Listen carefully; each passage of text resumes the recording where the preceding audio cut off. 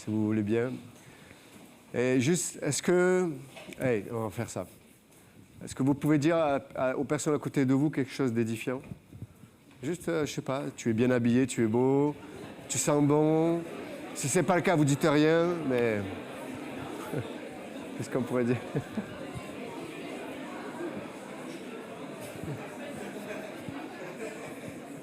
Peux te tourner?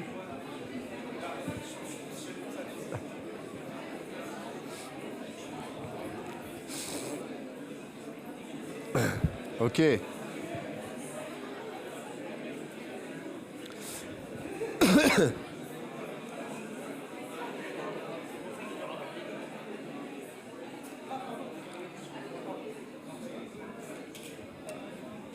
Ok, on va tourner, pour rester debout, on va tourner ensemble dans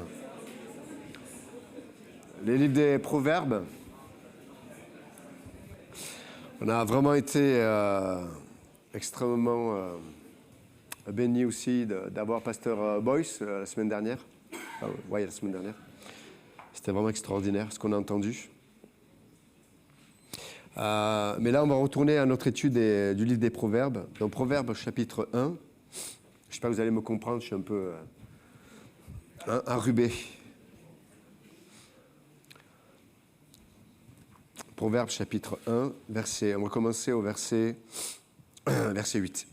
« Écoute mon fils l'instruction de ton père et ne rejette pas l'enseignement de ta mère, car c'est une couronne de grâce pour ta tête et une parure pour ton cou. Mon fils, si des pécheurs veulent te séduire, ne te laisse pas gagner. S'ils disent « Eh, viens avec nous, dressons des embûches, versons du sang, tendons des pièges à celui qui se repose en vain sur son innocence. Engloutissons-les tous vifs, comme le séjour des morts, et tout entier, comme ceux qui descendent dans la fosse. Nous trouverons toutes sortes de biens précieux, nous remplirons de butin nos maisons. Tu auras ta part, bien sûr, avec nous, et il n'y aura qu'une bourse pour nous tous. Mon fils, ne te mets pas en chemin avec eux, détourne ton pied de leur sentier, car leurs pieds courent au mal, et ils ont hâte de répandre le sang. Mais en vain jette-t-on le filet devant les yeux de tout ce qui a des ailes. Et eux, c'est contre leur propre sang qu'ils dressent des embûches.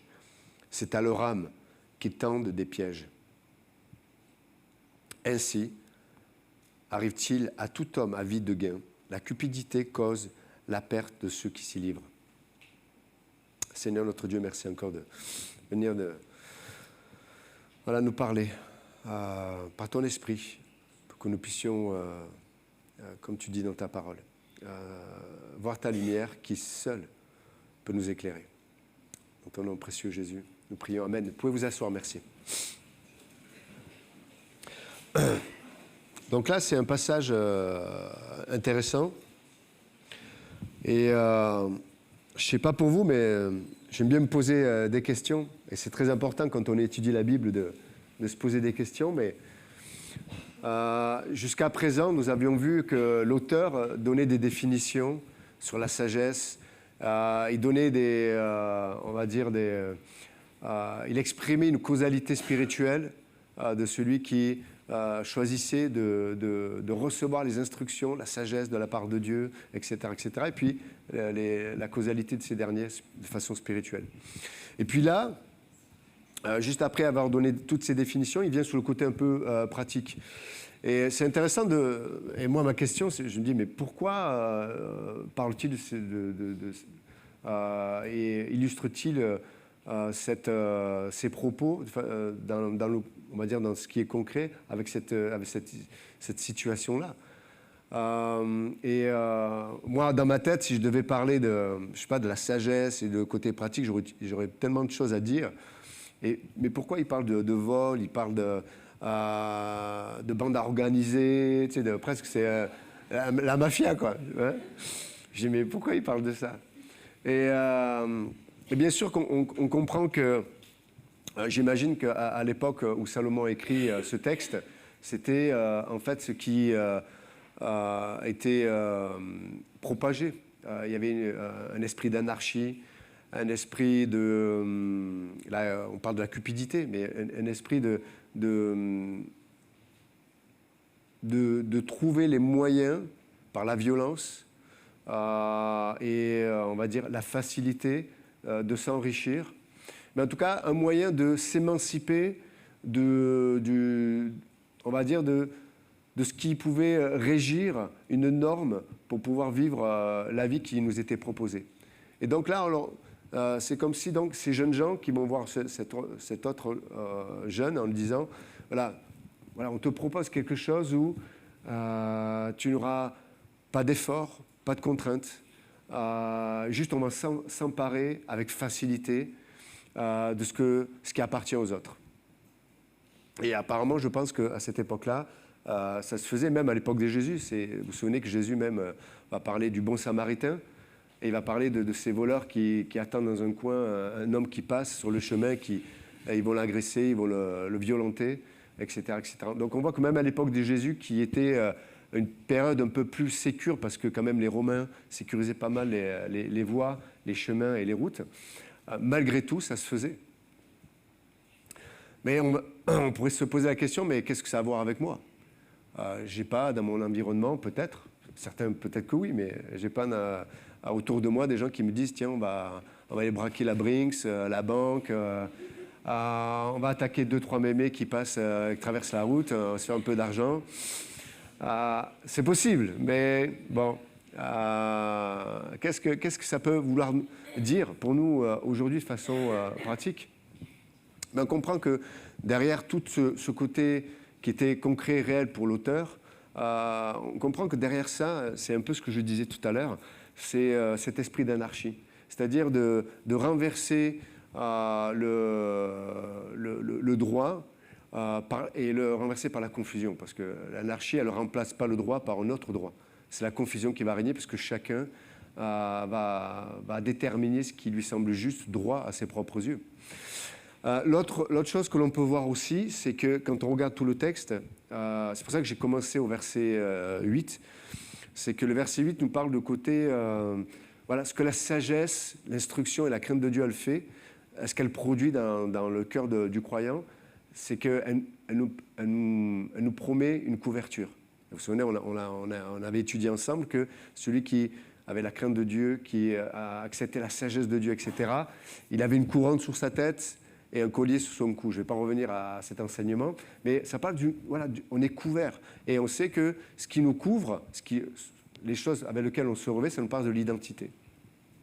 Et là, dans ce passage, c'est comme si l'auteur nous expliquait tout ce qui se faisait à son époque pour enlever cette couverture. Tout ce que Dieu propose pour nous couvrir, pour nous donner une vraie identité, en fait, il y avait tous ces éléments-là qui allaient les rendre nus. Et il le dit, ceux qui vivent comme ça créent un propre piège pour leur propre âme. C'est intéressant. Et là, il parle de la cupidité après. Et n'oubliez pas que Jésus, souvent, lorsqu'il parlait, il parlait en parabole ou il donnait des principes spirituels, il parlait souvent avec des formes de contraste pour que ses auditeurs comprennent. Mais souvent, Jésus parlait lorsqu'il parlait du diable, par exemple, il disait qu'il appelait Mammon notamment, le prince celui qui a le pouvoir de l'argent. Cette recherche de pouvoir, cette recherche d'émancipation, cette recherche d'identité, cette recherche d'être valorisé, cette recherche d'être différent des autres, mais peut-être pas par les bons moyens. La question qu'on pourrait se poser en tant que chrétien, c'est est-ce que j'ai besoin d'être différent des autres ? Est-ce que je n'ai pas besoin, au préalable, de savoir qu'aux yeux de Dieu, je suis unique ? Et ça, on va dire, c'est la crainte de l'Éternel qui nous enseigne ça. C'est le commencement de la sagesse. Pourquoi ? Parce que quand il y a la crainte de Dieu, quand j'ai la conscience de Dieu, quand je crois qui Dieu est et ce qu'il dit, ben déjà, j'ai cette assurance qu'à ses yeux, j'ai une valeur. D'autant plus que quand on voit ce que Christ a fait à travers la passion, à travers la croix et la résurrection, c'est-à-dire que pour un seul d'entre nous, il serait mort à la croix. C'est quand même extraordinaire. Je veux le dire autrement. S'il n'y avait que toi, il serait mort pour toi. Et ça me fait réaliser à quel point nous avons de la valeur aux yeux de Dieu. à quel point nous avons de la valeur aux yeux de Dieu. Et ça, c'est le commencement de la sagesse, c'est la crainte de Dieu, quoi. C'est dire, waouh, je suis...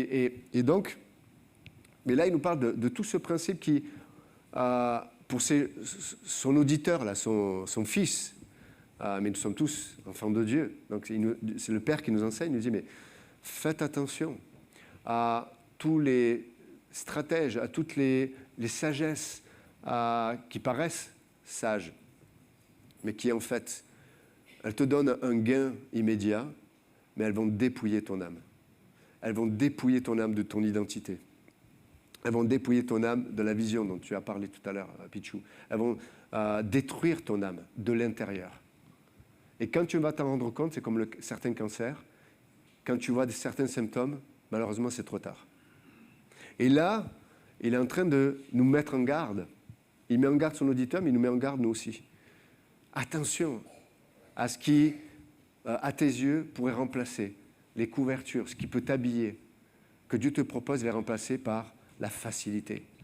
Et c'est intéressant parce que, vous vous souvenez, bon, là, en l'occurrence, il parle de ces gens qui viennent embrigader son fils, là, mais ils les appellent des pécheurs. Et ça, c'est typique du péché, d'ailleurs. Vous savez, si on prend les origines, Genèse chapitre 3, quand l'homme, Adam et Ève ont péché, qu'est-ce qu'ils vont faire? Ils vont se cacher, mais c'est intéressant, ils vont s'habiller avec une feuille de figue. Et c'est intéressant parce qu'en hébreu, la figue, en tout cas, ça parle des occasions, des opportunités. C'est intéressant de voir que quand on se découvre des couvertures que Dieu nous propose, on va se couvrir des feuilles de figue, c'est-à-dire des opportunités, des occasions. Et c'est pour ça que la philosophie du monde aujourd'hui, on en a déjà parlé, mais c'est prends tout ce que tu peux prendre, prends-le. Toutes les opportunités que tu peux avoir, saisis-les. Et j'entends que des fois, ça peut être positif, mais là, en l'occurrence, ça ne l'est pas.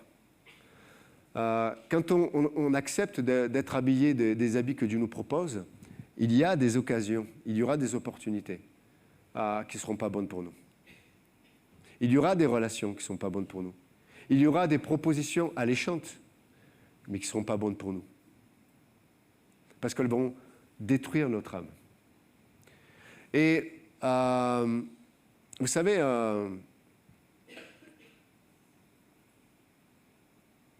le péché, il produit toujours la nudité. Bon, je viens de le dire.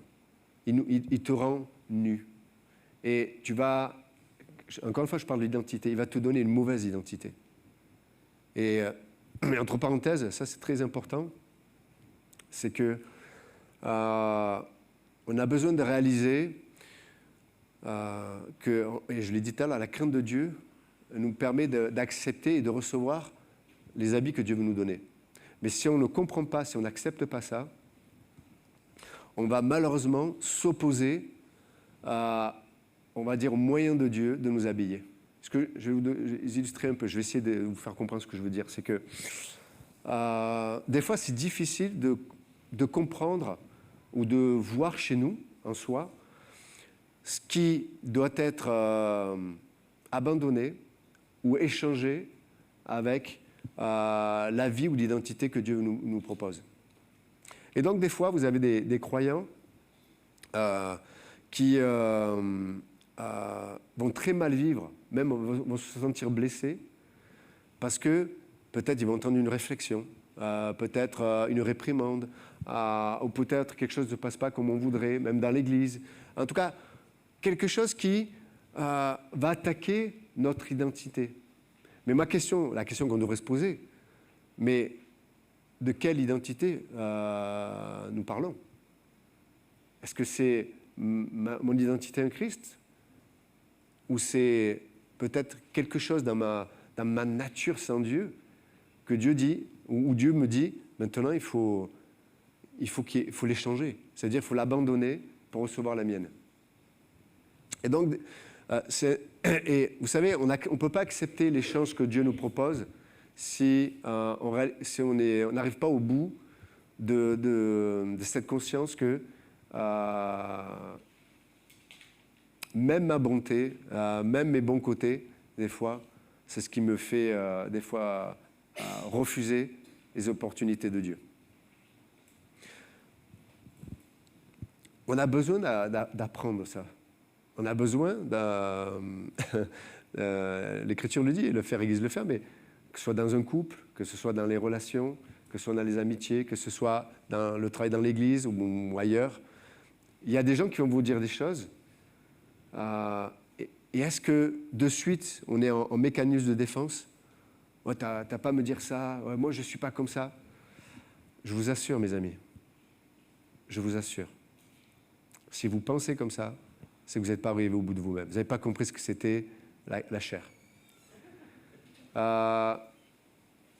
Certains d'entre nous ici, peut-être, on est assis, on se dit, moi je suis un homme, une femme, et je suis quelqu'un d'intègre.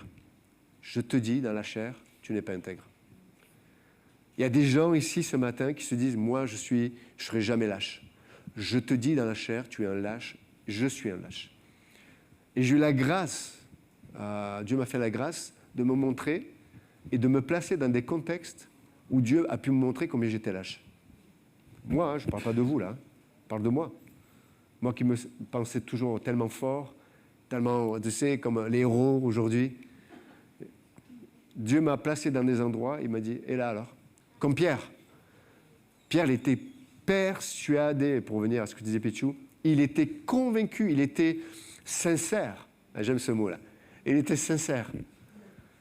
Quand il dit à Jésus, tous t'abandonneront, mais moi, jamais. Et Jésus dit, ok, c'est bien, c'est bien. Avant que le coq chante, tu vas me renier 3 fois déjà. Aujourd'hui même. Et bien combien d'entre nous, on est vexés parce que Dieu met des situations, des relations, où quelqu'un va nous dire quelque chose, non, on va se défendre, quoi. Il dit, non, je ne suis pas comme ça. Si, tu es comme ça. Ta chair est comme ça. Mais ce n'est plus ton identité. Alors, et en fait, si tu le prends mal, en fait, tu t'attaches à quelle identité? C'est ça la vraie question. Vous êtes avec moi ou pas? On s'attache à quoi réellement? C'est vrai. Waouh. La nudité. Et Dieu, la sagesse de Dieu, elle nous propose de nous habiller. De nous habiller de sa sagesse. Waouh. Extraordinaire quand même.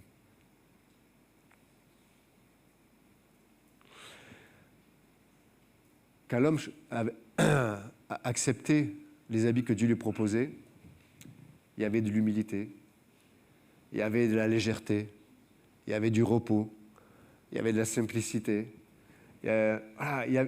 L'homme pouvait profiter de tout ce qui était dans le jardin. Mais quand le péché est rentré, l'homme est devenu centré sur lui et vraiment orgueilleux, quoi.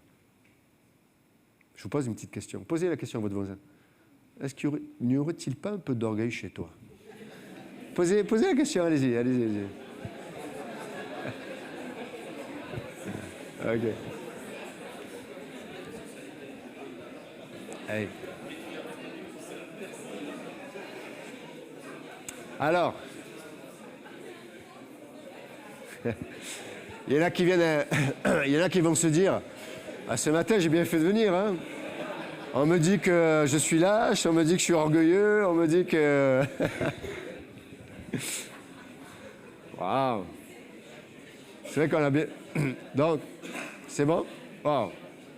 Peut-être certains le disent en plusieurs langues, je ne sais pas. Mais c'est vrai que ce qui fait le plus de mal dans nos vies, et ce qui fait que les situations de la vie qui... Alors certains, on les choisit, puis d'autres, elles nous sont imposées. Mais des fois, ces situations imposées ou choisies, des fois, elles produisent des blessures extrêmement importantes. Alors, outre des cas un peu particuliers, évidemment, des cas où il y a de la violence, etc. Mais outre ça, des fois, la blessure est à la mesure de l'identité qu'on veut défendre. Comme Pierre. Pierre, vous imaginez, il était tellement choqué par son comportement que même quand il a vu Jésus ressuscité, il est quand même reparti à la pêche. Tellement, il était littéralement traumatisé, quoi. Il se dit, mais moi, je suis disqualifié. Moi, c'est pas... mais est-ce que Jésus était choqué du comportement de Pierre?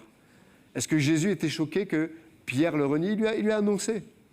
Est-ce que Jésus est choqué que tu convoites? Est-ce que Jésus est choqué que tu mentes? Moi, jamais je mens. Ne serait-ce que si tu penses ça, déjà tu mens.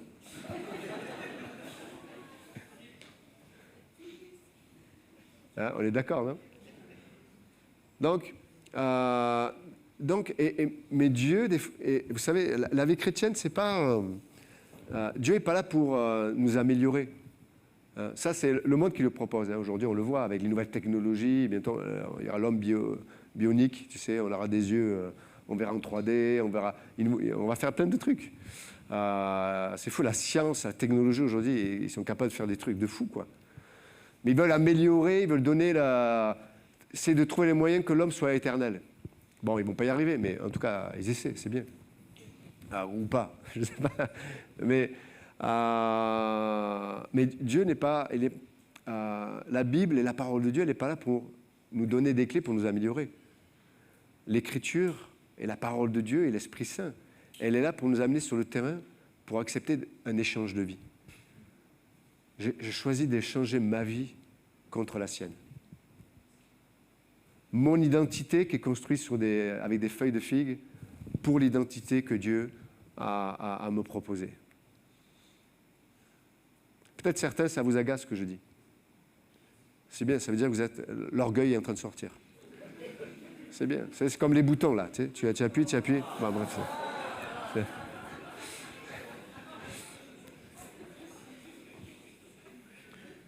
J'espère que je vous agace. Autrement, vous venez pour rien, là.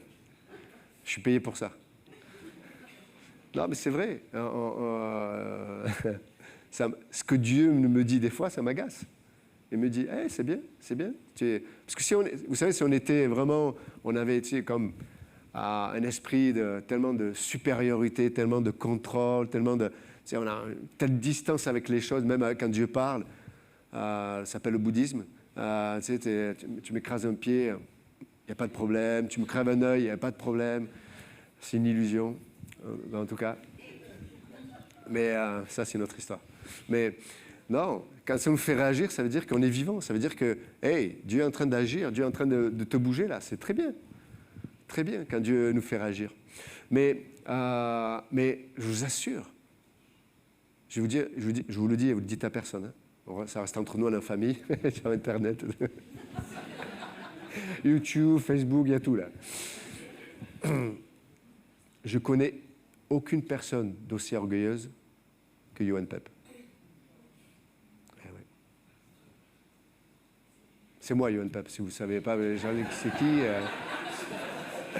Dites-moi qui c'est, je ne veux pas le rencontrer, c'est moi. Non, je vous assure. Il y a un orgueil qui est inimaginable chez nous. Inimaginable.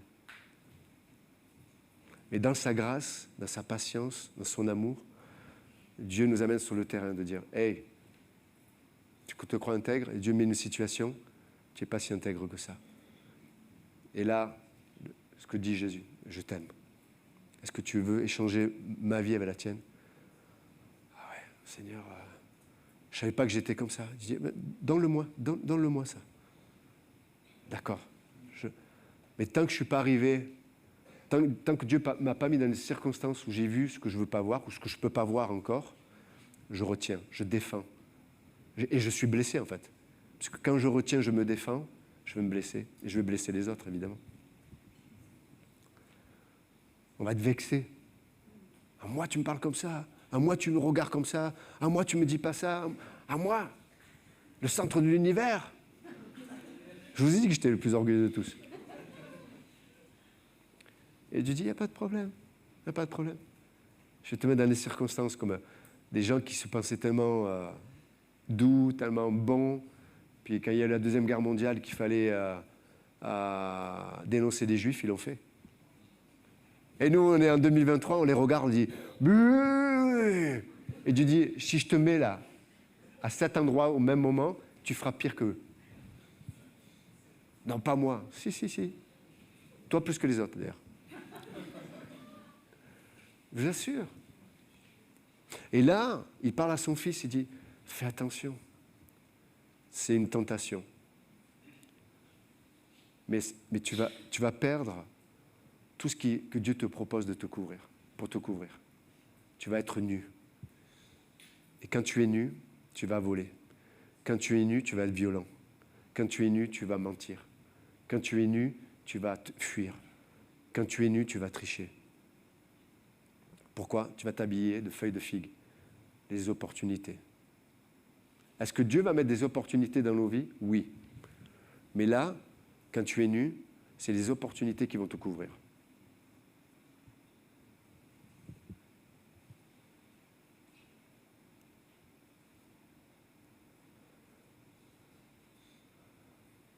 C'est intéressant parce qu'il y a plein de principes que l'on voit dans ce passage.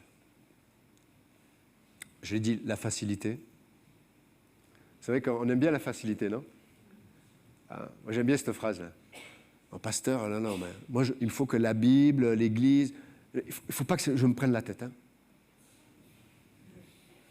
Mais mon ami, avec Dieu, tout ce qui est facile normalement, tu vas te prendre la tête. Je me souviens, des fois, il y a des jeunes dans l'église, ils me disent « Mais avant, je n'étais pas chrétien, les relations, c'était facile. Elle me plaisait, je lui plaisais. Et voilà. Alléluia, amen. » Ils n'étaient pas chrétiens, mais alléluia quand même. Et là, j'arrive dans l'église, j'étudie la Bible, je me consacre à Dieu. C'est galère, quoi. C'est prise de tête. C'est compliqué, quoi. On ne se tient pas par la main, on ne se tient pas par la main, on se dit bonjour, on fait quoi? Je pars en voiture avec ou pas avec, c'est compliqué quand même. Est-ce il est diplômé? Comment il est? Les autorités? C'est compliqué. Moi, je ne veux pas me prendre la tête. La facilité. Mais ce qui est facile, on l'a dit tout à l'heure dans ce passage, des gains acquis facilement, c'est peut-être souvent malheureusement à des domaines qui vont détruire ton âme. Donc les gens, si je prends le domaine des relations, ouais, il me plaît, elle me plaît, moi je ne prends pas la tête, c'est comme ça, je prie Seigneur, tu la veux, elle est comme ça, vas-y Seigneur, voilà. Bénis notre amitié, notre relation, je me lance, quoi. Et puis tu te lances, ouais. Du 6e étage, pareil. Tant que tu ne touches pas le sol, tu dis, tout va bien, vous savez, comme le gars qui se jette. Hein. Les gens à la fenêtre disent, ça va? Oui, ça va. À un moment donné, tu vas toucher le sol. Et puis après, les gens arrivent, je ne comprends pas, c'est horrible, je suis détruit.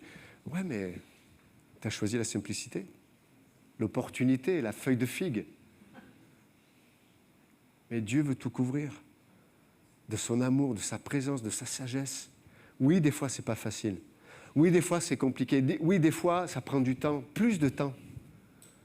Mais peut-être ce plus de temps-là va faire que le temps qui va être donné dans une relation, par exemple, ce sera un temps de qualité. Ce sera un temps où il y aura des bonnes fondations, des temps où il y aura un vrai amour, un temps où l'amour, d'ailleurs, qui va changer pour les couples qui sont mariés depuis un certain temps, ou un temps certain. On voit que l'amour évolue, ce n'est pas le même. Hein? Avec mon épouse, quand on s'est mariés en 2004, ça fait 19 ans, wow. Presque 20 ans, mais l'amour qu'on a aujourd'hui est différent qu'en 2004. Il est plus profond, il est plus vrai, il est plus dépouillé, on est passé par le feu, on va encore. Mais voilà, ce n'est pas le même. Mais je vous assure, il est plus solide. Il est plus solide. Mais pourquoi? Parce que les fondations. Des fois, ça lui arrive rarement. Mais ça arrive que ma femme, je l'insupporte. Rarement. Je vous parle de moi, c'est plus facile, comme ça, vous pouvez vous identifier. Mais bon, heureusement qu'elle a la fondation de... Elle s'est toujours attachée, son cœur... Elle a toujours, je vais le dire comme ça, elle a toujours préféré Dieu que moi. Elle a toujours préféré Dieu qu'elle-même. Elle a toujours choisi la parole de Dieu. Vous voyez? Et quand nous, là, on ne se comprend pas, voilà, des fois on ne se comprend pas. Vous savez que la grammaire, l'orthographe chez les femmes est différent que chez les hommes, vous savez ça. Non, mais il n'y a rien de mal, il n'y a pas de problème. Mais me faites pas, c'est les célibataires qui disent oh non, les gens mariés, ils n'ont rien dit là, ils ont dit voilà. Ils ont moins l'expérience, moi je dis plus rien là. Parce que le moindre commentaire, le moindre expression de visage, ça peut mal finir là. Donc on reste figé. Mais on sait que des fois on se comprend pas, des fois on se comprend mal. C'est des fois quelque chose qui est vrai pour toi est faux pour l'autre, mais alors peut-être que les deux on a raison. Vous savez, c'est comme ce couple-là, ils sont l'un en face de l'autre et on écrit 6. Pour moi c'est un 6 et pour la personne c'est un 9. Et c'est vrai pour elle, c'est vrai pour moi, vous comprenez mais moi je suis concentré sur mon 6 et elle voit que le 9. Donc on ne se comprend pas, vous voyez ce que je veux dire. Mais heureusement qu'il y a des fondations autres que le fait qu'on ne se comprend pas, on ne se comprenne pas. Vous comprenez ce que je veux dire? Mais pourquoi? Parce que le temps de Dieu, à la façon de Dieu, avec la provision de Dieu, sera toujours nourri de la provision de Dieu. On a choisi les habits de Dieu et pas de s'habiller avec la facilité, les raccourcis. C'est pas toujours bon les raccourcis, je vous le dis. La facilité, c'est pas toujours bon. Quelque chose qui doit durer, c'est quelque chose qui doit... Vous avez, pour ceux qui travaillent dans le bâtiment, vous avez une taille, ils font des bâtiments... tu tournes la tête, il y a déjà un bâtiment. Mais hier, j'ai joué au foot sur le terrain, là. Tellement qu'ils construisent vite. Je ne sais pas si j'irai habiter dans ce bâtiment. Je ne connais pas la solidité. Et même les professionnels le disent. Aujourd'hui, on construit... c'est moins solide, ça va moins durer dans le temps. Que nos vies ne soient pas ces constructions-là. Je vois l'opportunité, il y a un terrain, on construit, boum. Ah, c'est beau, hein.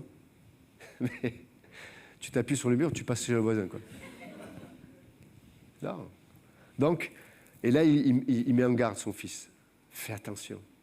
Fais attention. Parce que derrière ça, on l'a dit tout à l'heure, il va y avoir la violence verbale, psychologique, émotionnelle. Les gens sont durs entre eux. Les gens sont durs entre eux. Il y a une violence qui est dans le monde aujourd'hui, ou même dans l'Église des fois. Dans les couples, dans les relations, les gens se parlent mal, quoi. On se considère mal. C'est triste, la violence qu'il y a derrière. Pourquoi? Les fondations, là, on s'habille du mauvais habit. Une mauvaise identité. Non, la crainte de l'Éternel, la sagesse, les proverbes, la parole de Dieu. Vous comprenez ou pas? Donc, c'est tard, j'ai pas vu, mais juste pour nous encourager, et il finit par, quand tu choisis de t'habiller d'autre chose que de la sagesse de Dieu, ça finit toujours par la cupidité. Il le dit, et dans 1 Timothée, même Paul le dit, la cupidité, c'est la source de tous les maux. Ce besoin d'avoir une sécurité autre qu'en Dieu, l'argent. Et même si l'argent, on en a besoin, mais attention à ça. On est dans un monde qui nous oblige à avoir un emploi du temps, à avoir un niveau social, il faut avoir telle maison, telle voiture, etc. Mais tu vas être esclave de tout ça. C'est pour ça que des fois, il y a des violences même dans les familles. Parce que les gens, ils sont tellement la tête dans le guidon, le travail, les horaires, le machin, etc. Ils n'ont plus le temps de respirer, ils n'ont plus le temps de prendre du recul, ils n'ont plus le temps de savoir ce que Dieu voudrait faire d'eux et ce que Dieu voudrait faire de leur vie. Et à un moment donné, quand tu arrêtes de respirer, à un moment donné, c'est dur. Quand l'autre veut t'enlever le peu d'oxygène que tu as. Et les gens, ils ne se supportent plus. Hein. Ils ne supportent plus leurs enfants. Pourquoi? Parce qu'on est pris par l'avarice, on est pris par ce besoin d'avoir une sécurité financière, etc., d'avoir un standard financier. Et je ne suis pas contre, attention, si vous avez une belle maison, une belle voiture, alléluia, gloire à Dieu, c'est bien. Mais faisons attention de ne pas être esclave de ça. Vous voyez, comprenez l'idée. Hein. Non, il y aura plein de choses à dire, je finis avec ça. Mais je vais nous encourager ce matin. Ne nous laissons pas déshabiller. Vous êtes avec moi ou pas? Ne nous laissons pas déshabiller, mais acceptons les habits que Dieu nous propose. La couronne sur notre tête, penser avec Dieu.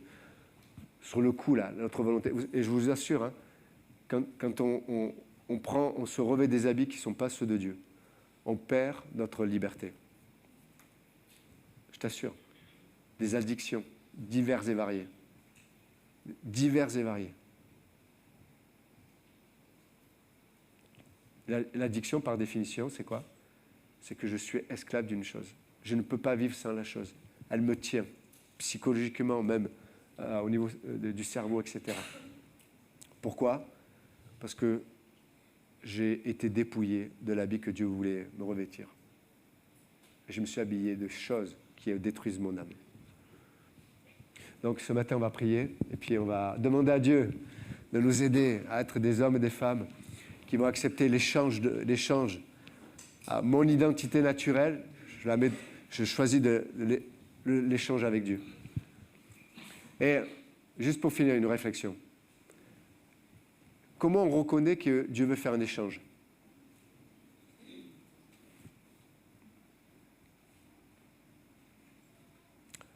Je vous le dis simplement, je ne vais pas faire de la devinette, mais très souvent, l'échange de mon identité naturelle avec celle de Dieu, souvent, je le reconnais comment? Quand il y a des crises.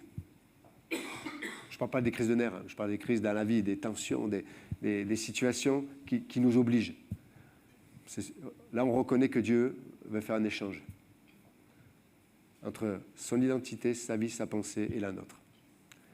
Donc, n'ayez pas peur de ça. Dans les amitiés, dans l'église, dans le couple, n'ayez pas peur des crises. Mais voyez-y des opportunités. Vous voyez ce que je veux dire? Voyez-y des opportunités. Parce que si vous ne voyez pas des opportunités, si vous ne voyez pas que c'est un moyen de Dieu, vous allez jouer le jeu du bouc émissaire. Et pour compter les points, on est très fort. Hein? Allez, Seigneur, merci encore pour ta parole, pour ces proverbes. Merci parce que tu nous considères comme des enfants, comme tes enfants, fils des filles du Très-Haut. Et ta mise en garde, elle n'est pas là pour nous placer sous un joug de légalisme, mais elle est là pour nous protéger. Elle est là pour nous habiller. Elle est là pour nous donner des fondations tellement solides, sûres. Merci notre Dieu. Merci. Merci aussi, des fois, il y a des crises. Ça permet peut-être de replacer les bonnes fondations là où peut-être elles n'étaient pas présentes. Tu es un Dieu de grâce, Seigneur. Merci. Merci notre Dieu. Si quelqu'un ne connaît pas Jésus-Christ ce matin, je veux vous donner l'opportunité de devenir enfant de Dieu. Et juste alors que peut-être les têtes sont baissées, les yeux fermés, je vous demande, c'est un moment important. Peut-être il y a quelqu'un ici qui ne connaît pas Jésus-Christ. Vous n'avez jamais accepté le Christ comme votre sauveur. Vous n'avez pas l'assurance d'avoir la relation avec Jésus-Christ et d'avoir la vie éternelle. La Bible dit que celui qui n'a pas le Fils, celui qui n'a pas accepté le Christ comme son sauveur, il est déjà, malheureusement, il est condamné. La Bible dit que les temps de feu, la séparation éternelle, c'est le destin de l'âme qui n'accepte pas le Fils de Dieu. Et ce matin, le cœur du Père, c'est que vous puissiez devenir son enfant. Ce matin, vous pouvez juste dire Jésus-Christ. Peut-être je ne comprends pas tout, mais je sais que, je crois dans mon cœur que tu es là. Je sais que je ne te connais pas. Peut-être je suis religieux, peut-être, mais je ne te connais pas. Ce matin, je veux t'accepter comme mon sauveur. Je crois que tu es mort à la croix pour moi, parce que tu m'aimais. Et je crois que tu es ressuscité, que tu es vivant aujourd'hui. Et ce matin, je veux, devant toi, Seigneur, t'accepter comme mon sauveur. Viens dans mon cœur. Je veux devenir ton enfant. Et si quelqu'un a fait cette prière ce matin, peut-être avec vos propres mots, la Bible dit que celui qui croit dans son cœur, qui confesse de sa bouche Jésus-Christ, il devient enfant de Dieu.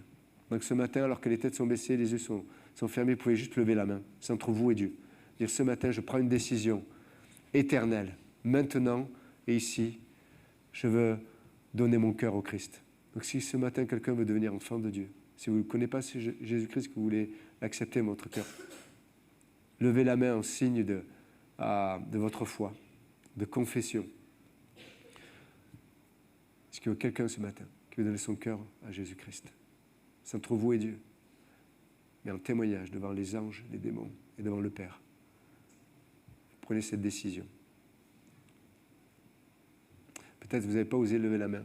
N'hésitez pas à venir voir peut-être la personne qui vous invite à l'église ou un pasteur, afin qu'on puisse se réjouir avec vous de cette décision. Seigneur, merci encore pour cette belle journée. Et merci parce que tu as tellement de choses avec lesquelles tu veux nous habiller, cette nouvelle identité. Et on va se réjouir par avance. Dans le nom de Jésus, nous prions. Amen. Que Dieu vous bénisse. Merci.